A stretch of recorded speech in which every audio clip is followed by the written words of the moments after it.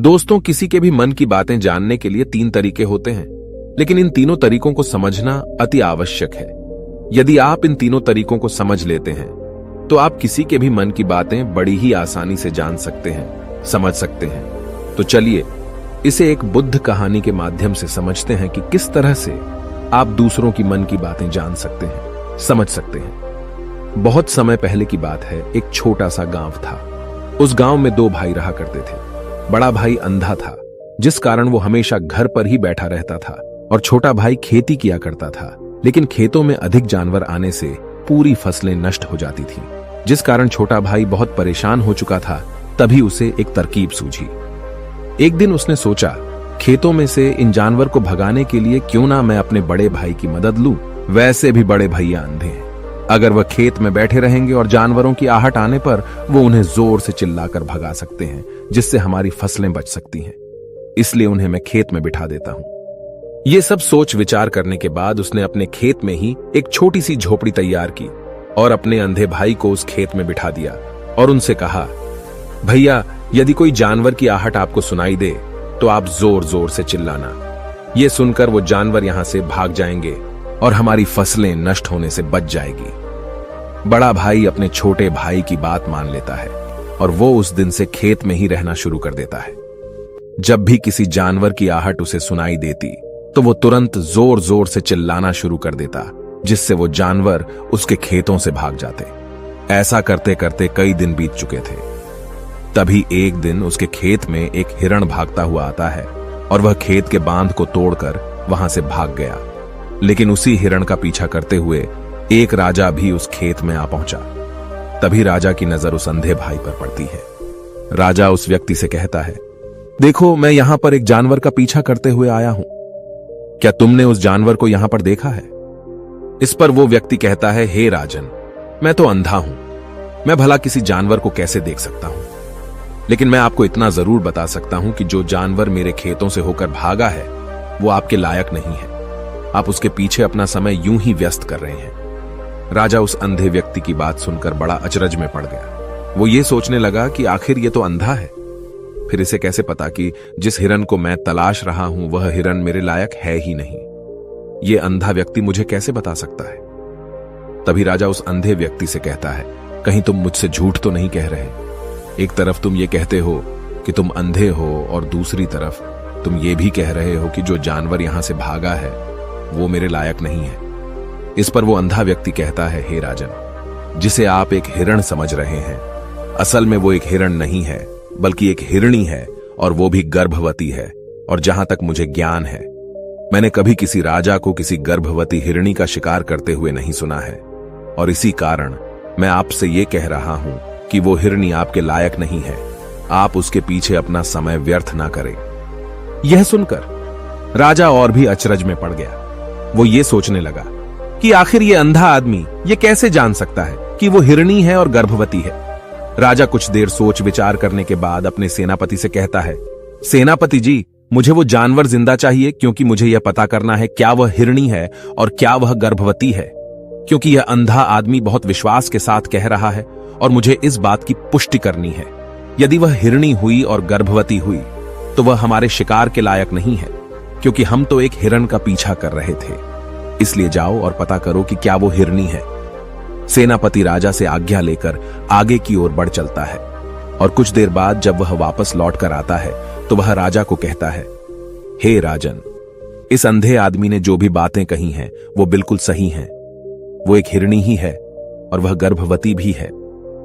यह सुनकर राजा आश्चर्यचकित रह गया। उसे समझ नहीं आ रहा था कि आखिर अंधा आदमी कैसे पता कर सकता है कि वह जानवर एक हिरणी है, और तो और वह गर्भवती है। भला एक अंधा आदमी यह कैसे देख सकता है, यह कैसे जान सकता है? आखिर इसे यह कैसे पता चला? ऐसे कई सारे प्रश्न अब राजा के मन में उमड़ने लगे। अब राजा ने यह ठान लिया था कि मुझे इस बात की तह तक पहुंचना ही है कि आखिर यह अंधा आदमी कैसे जानता है कि वह जानवर एक हिरणी है। यह सोचकर राजा उस अंधे आदमी के पास जाता है और उस अंधे आदमी से कहता है, देखो, मैं ये तो नहीं जानता कि तुम सचमुच अंधे हो या नहीं, लेकिन मैं तुमसे एक बात जानने आया हूं। क्या तुम मेरे प्रश्न का सही सही जवाब दोगे? इस पर अंधा व्यक्ति कहता है, हे राजन, आप जो कुछ पूछना चाहते हैं मुझसे पूछ सकते हैं, मैं आपको बिल्कुल सच सच जवाब दूंगा। इस पर राजा कहता है, देखो, एक तो तुम कहते हो कि तुम अंधे हो और दूसरी तरफ तुमने यह बता दिया कि जिस जानवर का पीछा मैं कर रहा हूं वह एक हिरणी है, और तो और वह गर्भवती भी है। आखिर तुम्हें यह कैसे पता चला?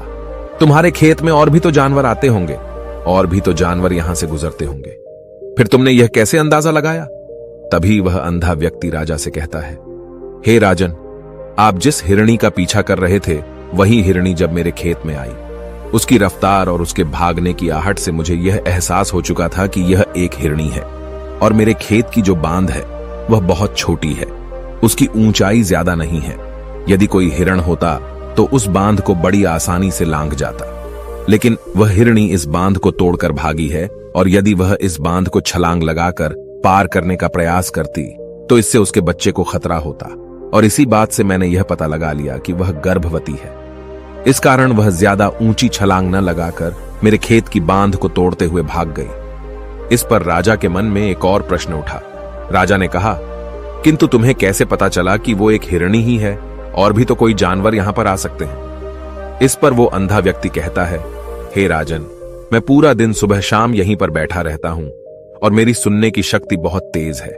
मैं ये बाफ जाता हूं कि कौन सा जानवर मेरे खेत में आया है, और उसी के आधार पर मैं जोर जोर से चिल्लाता हूं ताकि वो मेरे खेत से भाग जाए और मेरे खेत की फसलों को नष्ट न कर पाए। राजा उस अंधे आदमी का यह जवाब सुनकर पूरी तरह से संतुष्ट हो चुका था। वो मन ही मन ये सोच रहा था कि आदमी भले ही अंधा हो, लेकिन ये तो बड़ा ज्ञानी मालूम पड़ता है।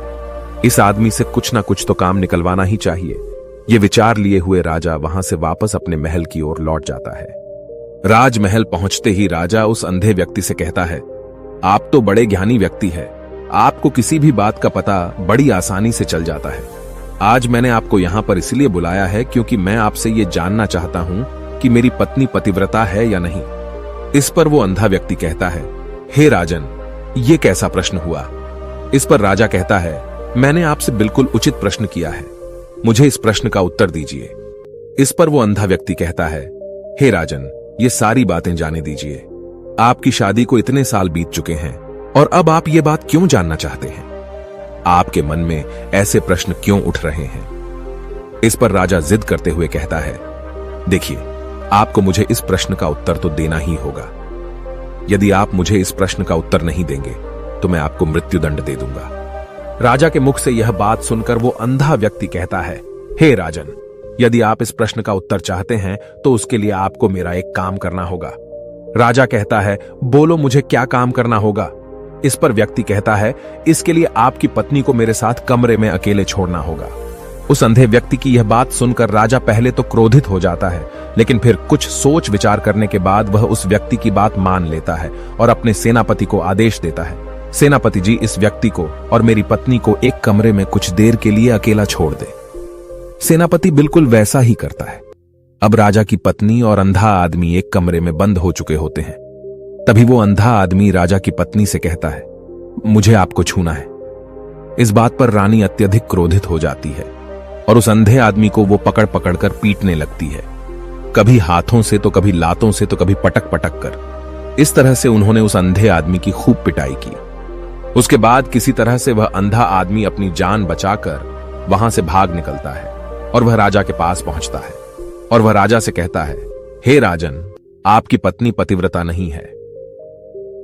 यह बात सुनकर राजा अत्यधिक क्रोधित हो उठता है और राजा अपनी तलवार निकालकर सीधा अपनी पत्नी की ओर जाता है और क्रोधित होकर वह अपनी रानी से कहता है, रानी जी, आज मैं जो भी सवाल आपसे करने वाला हूं उसका मुझे सच सच जवाब दीजिएगा, और यदि आपने एक शब्द भी झूठ कहा तो मैं आपका अभी के अभी सर धड़ से अलग कर दूंगा। तभी आगे वह राजा कहता है, मुझे बताइए, क्या आप पतिव्रता हैं या नहीं?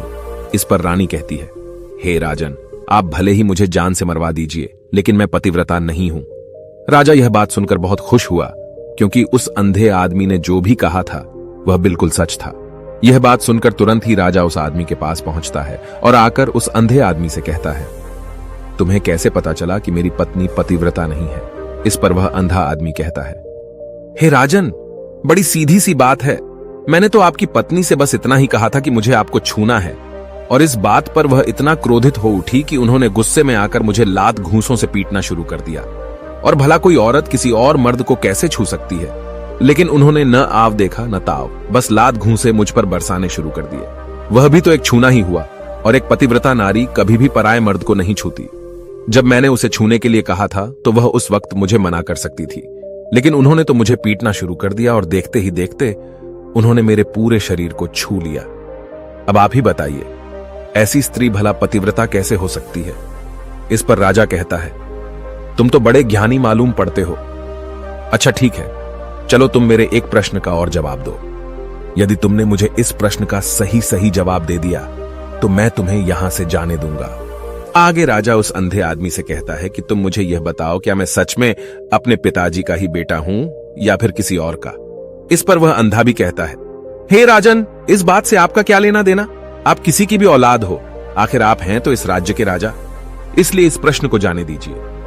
लेकिन राजा कहता है, नहीं नहीं, मुझे इस प्रश्न का सही सही जवाब चाहिए, अन्यथा यह प्रश्न मुझे हमेशा परेशान करता रहेगा। इसलिए मैं इसका सही सही जवाब जानना चाहता हूं। यदि तुम इसका सही सही जवाब दे देते हो तो तुम यहां से जा सकते हो, मैं तुम्हें नहीं रोकूंगा। इस पर वह अंधा आदमी कहता है, हे राजन, इसके लिए तो मुझे आपके मां के पास भी जाने की कोई आवश्यकता नहीं है।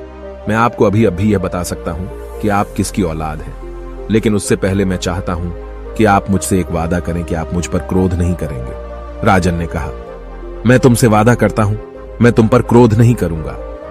इसके बाद वह अंधा आदमी राजा से कहता है, हे राजन, आप है तो अपने ही पिता के पुत्र, लेकिन आप पर एक कंजूस सेठ की छाया पड़ी हुई है। यह सुन राजा बहुत क्रोधित हो उठा और वह तुरंत तलवार निकालकर अपनी मां के पास जा पहुंचा। वह वहां पर पहुंचने के बाद अपनी मां से कहता है, मां, मुझे सच सच बताइए, क्या मैं अपने ही पिता का पुत्र हूं या नहीं? यदि आपने मुझे सही सही नहीं बताया तो वह यहीं पर अपने प्राण त्याग दूंगा। मुझे बताओ क्या सच है? इस पर उस राजा की मां कहती है, बेटा, तू है तो अपने ही पिता का पुत्र, लेकिन तुम्हारे ऊपर एक कंजूस सेठ की छाया पड़ी हुई है। जब मैं एक बार नहाने के बाद अपना मुंह आईने में देख रही थी, तभी उस कांच के पीछे मुझे एक कंजूस सेठ नजर आता है और उसी की छाया तुम पर पड़ चुकी है। यह सुन राजा बहुत खुश हो जाता है और वह तुरंत दौड़ा दौड़ा वापस उस अंधे आदमी के पास पहुंचता है और उस अंधे आदमी से कहता है, तुम्हें यह कैसे पता चला कि मुझ पर एक कंजूस सेठ की छाया पड़ी हुई है? इस पर वह आदमी कहता है, हे राजन, आपने मुझसे कई सारे सवाल पूछे जिनका जवाब मैंने आपको सही सही दिया है। यदि कोई और राजा होता तो मुझे इसके बदले में ढेरों सारे इनाम मिल चुके होते, लेकिन अब तक आपने एक फूटी कौड़ी तक नहीं दी है। इस बात से ही मैंने अंदाजा लगा लिया था कि आप बहुत कंजूस हो। यह बात सुनकर राजा जोर जोर से हंसने लगा और कहता है कि आप जो भी मांगेंगे वह मैं आपको अवश्य दूंगा, लेकिन मुझे यह बताओ कि तुम्हें कैसे पता चल जाता है कि कौन सी बात सही है और कौन सी गलत? तुम किसी भी बात का इतना सटीक और सही जवाब कैसे दे पाते हो? इस पर वह अंधा आदमी कहता है, हे राजन, मैं तो वैसे ही अंधा हूं। यदि मेरी आंखें होती तो मैं किसी की भी मन की बातें बड़ी सरलता से जान लेता। मन की एक भाषा होती है और यह भाषा मनुष्य के शरीर के व्यवहार के रूप में देखी जा सकती है। उसकी आंखों से, उसके होठों से, उसके काम करने के तरीके से, उसकी क्रियाओं से पता किया जा सकता है कि उसके मन में क्या चल रहा है। उसके आधार पर हम किसी के भी मन की बातें जान सकते हैं, लेकिन मैं तो अंधा हूं, मैं देख नहीं सकता, इसलिए मैं क्रियाओं से देखता हूं। यदि मुझे कोई बात जाननी हो तो अगले आदमी को कुछ काम देना पड़ता है, जिस पर वह व्यक्ति किस प्रकार काम करता है, किस तरीके से इस काम को करता है, उसके आधार पर ही मैं यह पता कर पाता हूं कि उसके मन में क्या चल रहा है। तभी वह राजा कहता है, तो क्या इसका अर्थ यह हुआ कि मैं भी किसी के मन की बातें जान सकता हूं? इस पर वह अंधा आदमी कहता है, हे राजन, अवश्य आप भी किसी भी व्यक्ति के मन की बात जान सकते हैं, किंतु उससे पहले आपको अपने ऊपर काम करना होगा, और वह काम है अपने मन को शांत करना, अपने मन को वर्तमान में लाना होगा, जिसके लिए मैं आज आपको 3 तरीके बताने वाला हूं। और ये तीनों ही तरीके बड़े ही आसान और सरल हैं, किंतु हे राजन, उससे पहले आपको एक काम करना होगा, अपने मन को एकाग्र करना होगा। जब हम अपने मन को एकाग्र करते हैं, अपने मन को वर्तमान में लाते हैं, तो हम दूसरे के मन की बात जान सकते हैं, क्योंकि वह आदमी अभी भी अपने मन में वर्तमान में ही सोच रहा है, और हमें भी मन को वर्तमान में ही लाना होगा, तभी हम उसके मन की बातें जान सकते हैं। यदि हम अतीत में हुई घटनाओं के बारे में सोच रहे हैं तो वह जो अगला आदमी वर्तमान में सोच रहा है, वर्तमान में अपने मन में बात कर रहा है, वह हम कैसे जान पाएंगे? क्योंकि हम तो अतीत की घटनाओं में डूबे हुए हैं। इसलिए किसी के भी मन की बात जानने के लिए सबसे पहले हमें हमारे मन को एकाग्र करना होगा, उसे वर्तमान में लाना होगा। आगे वह व्यक्ति राजा से कहता है, हे राजन, जो 3 तरीके मैं आपको बताने वाला हूं, इन 3 तरीकों से बड़ी आसानी से किसी के भी मन की बातें जान सकते हैं। उसके बाद वह अंधा आदमी राजा से कहता है, हे राजन, जो सबसे पहला तरीका है वह है आंखों पर ध्यान देना। किसी व्यक्ति से बात करते वक्त उसकी आंखों में देखना, उसकी आंखों पर ध्यान देना जो सबसे ज्यादा जरूरी है, क्योंकि आंखें बोलती नहीं पर बहुत कुछ कह जाती हैं। यदि हम किसी व्यक्ति की आंखों के इशारों को समझना सीख जाएं, हम यह जान पाएंगे कि व्यक्ति के दिमाग में क्या चल रहा है, वह क्या सोच रहा है और अभी वह क्या करने वाला है। मेरे पास आंखें नहीं हैं, लेकिन मैंने अपने गुरु से यह विद्या सीखी है, क्योंकि बहुत सालों पहले मेरे पास आंखें थीं और मैं उस वक्त लोगों के मन की बातें केवल उनकी आंखों से ही जान लेता था। इसलिए यदि आप भी दूसरों की मन की बातें जानना चाहते हैं तो आपको भी उनकी आंखों पर गौर करना चाहिए, जैसे कि उनका आकार कैसा है, वह कब, कहां और किधर देख रहे हैं। यदि उसकी आंखें यहां वहां घूम रही हैं, जब आप उससे बातें कर रहे हैं तो वहां वह इधर उधर मोड़ रहा है, कभी ऊपर तो कभी नीचे या कभी आसपास, या फिर उसकी आंखें खुश नजर आ रही हैं या फिर आंखें निराश नजर आ रही हैं, जैसे कि चोर होता है। उसकी आंखों में जब हम देखते हैं तो हमें यह पता चलता है कि अगले आदमी ने कोई गलती की है। ठीक उसी प्रकार जब हम किसी चालाक व्यक्ति की आंखों में देखते हैं तो आपको पता चलेगा कि उसकी आंखों में एक भाषा होती है। एक बहुत ही सीधा और आसान तरीका होता है। यदि आपको यह पता लगाना है कि सामने वाला व्यक्ति आपसे झूठ कह रहा है या फिर सही, तो आपको उसकी आंखों पर ध्यान देना अति आवश्यक है। यदि आपसे बात करते वक्त वह व्यक्ति अपनी आंखें यहां वहां घुमा रहा है, ऊपर नीचे, इधर उधर, दाएं बाएं, हर जगह देख रहा है, तो इसका अर्थ यह हुआ कि वह उस बात से निकलने का कोई रास्ता ढूंढ रहा है, वो कोई झूठ बना रहा है। यदि सामने वाला व्यक्ति आपसे कुछ झूठ कहने का प्रयास कर रहा है तो वह आपसे नजर नहीं मिलाएगा। वह यहां वहां देखेगा, ऊपर नीचे देखेगा, लेकिन वह आपकी आंखों में आंखें डालकर कभी नहीं देख पाएगा, क्योंकि उसे डर है कि यदि उसने आपकी आंखों में आंखें डालकर देखी तो उसका झूठ पकड़ा जाएगा और लोगों को सच्चाई का पता चल जाएगा। और इसी प्रकार कुछ और भी भाषाएं होती हैं। जब आप किसी की आंखों में आंखें डालकर यह देखना शुरू कर देंगे कि उसके हाव भाव क्या है, ठीक उसी प्रकार चेहरे के हाव भाव होते हैं, जिससे हम मन की बातें बड़ी आसानी से समझ सकते हैं और इन्हें भी समझना बहुत जरूरी है। कभी कभी कोई व्यक्ति अपने चेहरे से जैसे आंख, होंठ और बहुत से कुछ अलग अलग व्यवहार करता है। यदि आप किसी व्यक्ति के चेहरे में गौर करेंगे तो आप आसानी से समझ पाएंगे कि वह व्यक्ति निराश है, जब व्यक्ति बहुत उदास है, या फिर वह बहुत खुश है, या फिर उसे कोई बहुत बड़ा दुख है। वह अपने अंदर क्या महसूस कर रहा है, ये सारी बातें हम उसके चेहरे के हाव भाव से पता कर सकते हैं। फिर चाहे इंसान जुबान से कुछ बोले या ना बोले, लेकिन आप उसके चेहरे से सब कुछ पता कर सकते हैं। आगे व्यक्ति राजा से तीसरा तरीका बताते हुए कहता है, हे राजन, इसी प्रकार तीसरी भाषा भी है, अर्थात तीसरा तरीका भी है, और वह है हाथों के इशारे और शरीर का व्यवहार। मन की बात समझने के लिए हमें हाथ के इशारे और शरीर के व्यवहार को समझना बहुत आवश्यक है। कोई व्यक्ति जब बात करता है तो आपने देखा होगा कि वो अपने हाथों को हिलाता रहता है, अपने हाथों से इशारा करता रहता है।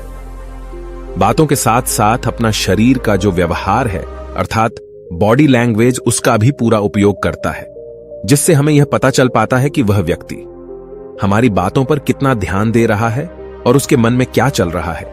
शरीर के व्यवहार को देखने के लिए उसके हाथ मटकाने, शरीर मटकाने और चेहरे पर बार बार हाथ लाने, हाथों का एक दूसरे से मसलना, ऐसी बहुत सी क्रियाएं होती हैं, उस पर हमें ध्यान देना अति आवश्यक है। मन की बात को समझने के लिए हमें शरीर के व्यवहार को भी समझना पड़ता है। यदि हम इन 3 तरीकों को सही तरीके से ध्यान देकर इन 3 तरीकों को अच्छे से समझ लेते हैं तो हम बहुत जल्दी किसी भी व्यक्ति के मन की बातें बड़ी सरलता और सहजता से जान सकते हैं। इसलिए यदि आपको किसी के मन की बातें जानी है तो आपको उसकी आंखों पर, उसके चेहरे पर, उसके शरीर के हाव भाव को और उसके हाथों को ध्यानपूर्वक देखना और समझना होगा, जिससे आप यह समझ पाएंगे कि आखिरकार उसके मन में क्या चल रहा है और वह क्या सोच रहा है। लेकिन उनसे पहले आपको अपने मन को एकाग्र करना होगा, शांत करना होगा और अपने मन को वर्तमान में लाना होगा। तभी आप उस व्यक्ति की इन सभी क्रियाओं पर ध्यान दे पाएंगे, उन्हें समझ पाएंगे। अन्यथा आप यदि अतीत की घटनाओं में व्यस्त हैं, भविष्य की योजनाओं में व्यस्त हैं, तो आप उस व्यक्ति के हाव भाव पर कभी ध्यान ही नहीं पाएंगे और न ही आप कभी यह समझ पाएंगे कि आखिर उस व्यक्ति के मन में क्या चल रहा है, वह क्या सोच रहा है। आपने देखा होगा कि ऐसे कई बड़े संत महात्मा हैं जो बड़ी ही शांति से आपको देखते हैं और आपको देखकर ही ये बता देते हैं कि आपके मन में क्या चल रहा है, आप उनसे क्या जानने आए हैं। और इसका सबसे बड़ा प्रमुख कारण यही है कि वह आपको पढ़ सकते हैं, आपको समझ सकते हैं, आपकी मन की बातें जान सकते हैं, क्योंकि उनका मन एकाग्र है, शांत है। और यही कारण है कि वह आपके मन की बातें बड़ी सरलता से समझ जाते हैं। यदि आपने अब तक पूरी कहानी को सुना है तो मैं आपसे एक छोटा सा अनुरोध करना चाहता हूं। कृपया इस चैनल को सब्सक्राइब करें ताकि मैं आपके लिए और भी ऐसी ही ज्ञान से भरपूर कहानियां लेकर आ सकूं। नमो बुद्धाय। मिलते हैं एक नई कहानी के साथ अगली वीडियो में।